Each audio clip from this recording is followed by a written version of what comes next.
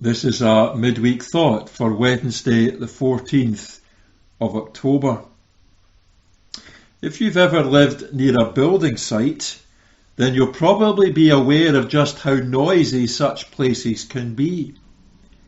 The drilling, sawing, welding and excavating can create a great deal of noise. And when we turn to the Old Testament and read about the building of Israel's temple during the reign of King Solomon, we find that it was constructed of stones that had been hewn, shaped and cut to size at an off-site quarry. And by the time that the stones reached the building site, no construction noise was heard. They were already prepared and they could now be arranged and fitted in together in order to build an edifice where God's glory could be displayed. I believe that there's a lesson for us from this Old Testament picture. You see, right now we are all, as it were, in a quarry. We are feeling the rumble of life's heavy machinery. We're aware of the blunt edge of the shaping tools. And the pounding blows are slowly separating us from our deep, rock-hard attachments to this world. But like the living stones of which Peter writes in his first letter, we, if we are believers in Jesus, are being shaped and sized for a place in another temple which is fit for the glory of God. This plan does have a purpose. All this hammering and chiseling is taking us somewhere which is heavenly and eternal. I would think that many people today are struggling. Some will also be disappointed because life is difficult.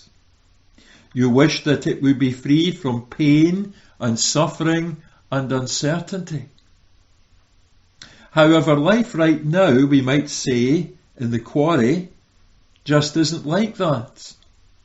Such a life will be reserved for believers in the Lord Jesus Christ in another place at some time in the future. The fact is that believers will never know the pain-free, sorrow-free, trouble-free existence of heaven until they have been moulded into the people whom God has called them to be. Peter talks about a spiritual house, a dwelling place for God's holy presence.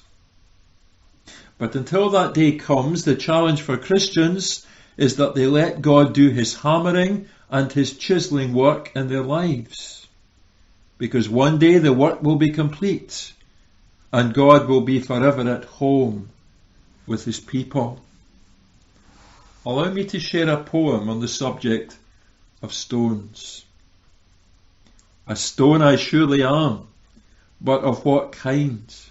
Let this thought most deeply grip the mind. For there are stones and stones which, as you see, do neither in their size nor shape agree.